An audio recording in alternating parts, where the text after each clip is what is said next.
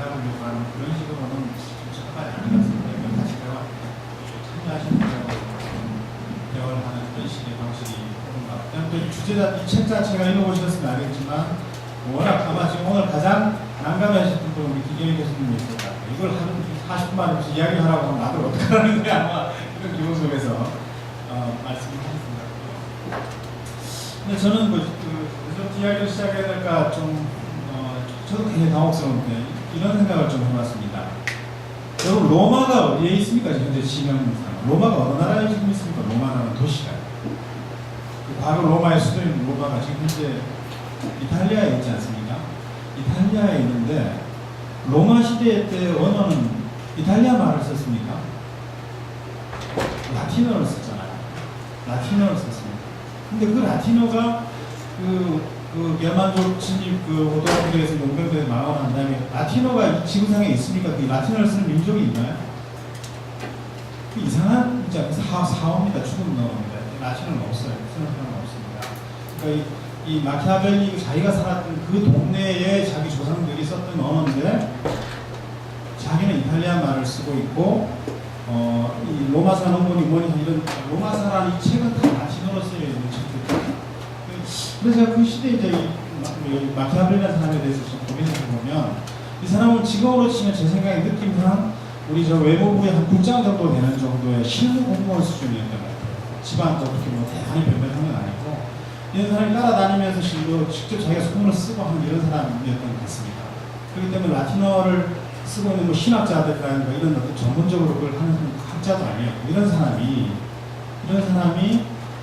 라틴어로 된 당신은 이런 책으로 안 나왔던 거랍니다. 제가 좀 전에 스마트폰을 보는데 구텐베르크라는 사람이 팔자를 언제 개발했는가 했더니 15세기 중반기에 왔는 것 같아요. 그때 아마 로마서 랑구를 이런 책으로 출판하고 그러진 않았을 거예요. 그냥 양피지로 어디 가서 이런 아주 귀한 그 자료를 얻어와서 산더미 같은 거 사놓고 일일이 읽어가지고 글 쓰는 거죠.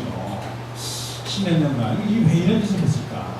그 다음에 이 사람이 이제 군주로 오늘 이 앞에다 썼는데 앞에 쓸 때 보면 그 메디치가 그 로렌조 데 메디치 그 사람 뭐 임금이 아니라 무슨 뭐 세력가 같은 사람이지 않습니까? 거기다가 이 군주가 리포트를 하나 제출합니다. 요새로 치면 정치권에 이제 실세에게 자기 리포트를 하나 첨거되기 위해서 널 보는 거죠. 이런 거지 않았다고 하더라고요, 이 사람이. 거기서 보면 군주가 어떻게 행동해야 되는가에 대해서 한 군주절절히 인간이라는 놈들이 얼마나 치사하고 더러운 놈들일까에 대해서 기출해서 군주는 이런 걸 잘 활용해야 한다는 식으로 리포트를 씁니다. 근데 그런 사람이 드디어 또 이 책을 써요. 이 동화책. 이게 왜 이래? 그래서 제가 이제 그걸 보면서 이런 말씀을 드리고 싶은 겁니다. 한 인간이 그 실제 실무자에 불과했던 그 인간이 왜 그 취직을 하려고 그 군주론을 쓰고 뒤에 30몇 년간이 잘 익숙하지 않았을 것 같은 라틴어를 읽고 이탈리아 말로 큰 책을 쓰고 이 짓을 왜 했을까? 그 사람의 마음속에서는 어떤 열정이 있었길래 이런 짓을 했을까? 그걸 지금 제가 좀 생각을 해봤습니다.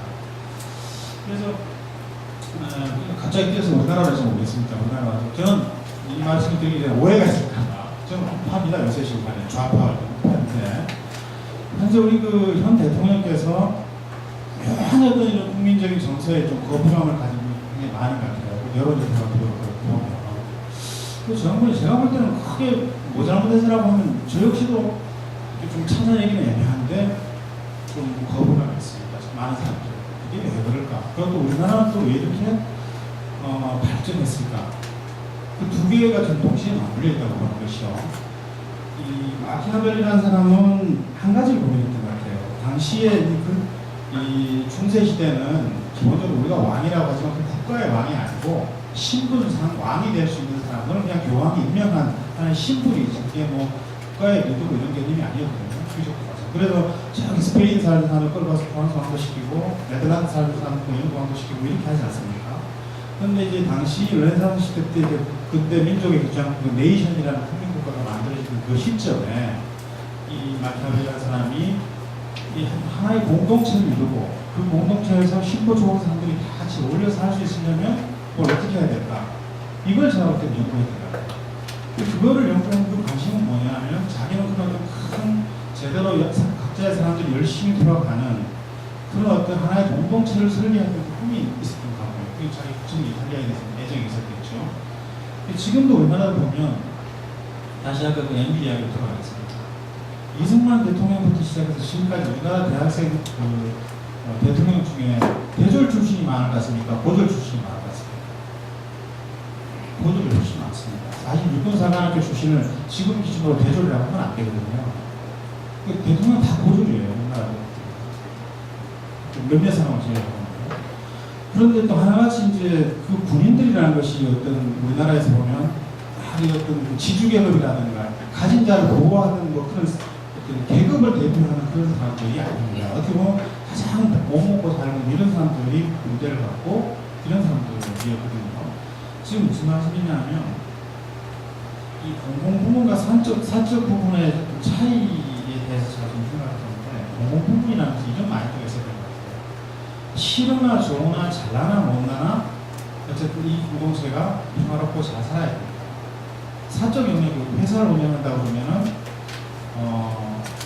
못나는 사람들은 그냥 잘라내면 되지 않습니까? 잘난 사람들만 모아서 이 마인드가 전혀 다른 것 같아요. 근데 그래서 이 마키아벨리의 어떤 그 공동체에 대한 어떤 애정을 기초로 우리나라를 보면 역대 대통령들이 상당히 뭐 출신 여부와 그다음에 국가의 행정이 어떻게 된지 간에 굉장히 뭔가 우리나라의 애국심을 가진 사람들이 아니었던가.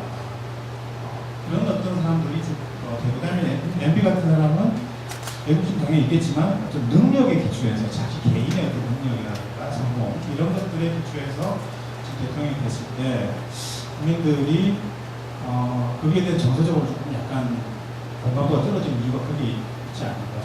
그래서 이 마키아벨리 읽으면서 결국 지금 현재 개인에 대해서 여러 가지 이런 분석을 많이 하지 않습니까? 마키아벨리가 많은 분석을 하는데 뭐 세력을 나눠야 된다, 권력을 분점해야 된다, 뭐 여러 가지 이야기가 됩니다. 그러면 그런 세력을 나누고 권력을 분점하고 그런 공화제를 유지하고 하는 그 전체를 그렇게 공화제를 유지하게끔 하는 에너지는 누가 만들어내느냐. 나눠가는 높이만 하면 저절로 유지되느냐, 냅두면은. 그건 아니란 말이죠. 권력을 나눠놨을 때 계속 나눠진 세력은 이야기하는 법과 제도를 이야기하는데 법과 제도도 계속 바뀌잖아요. 냅두면. 그럼 무슨 에너지로 그런 잘난 사람, 못난 사람 할 것이 힘의 균형을 이루고 그런 동아제적인 유지될 수 있을까? 제가 볼 때 그거는 공동과 공동체에 대한 애정을 가진 국가 같은 애국심. 지금 여기 우리 오늘 여기 모여보신 분들처럼 현재 오늘 아무서도 아무 급여에 지장 없으시고 생활 지장 없으신데도 불구하고 내 삶과 우리 사회를 위해서 평안하게 좀 생각을 좀 많이 해봐야 되지 않겠나. 어떻게 하면 내 짧은 인생에 있어서 이 공동체와 내 개인의 삶에 대해서 뭔가 좀 의미 있게 살 수 있는가.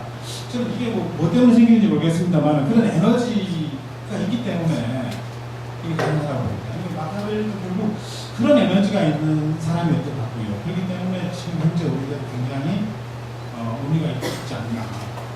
이게 제 말 맞습니까? 이상입니다.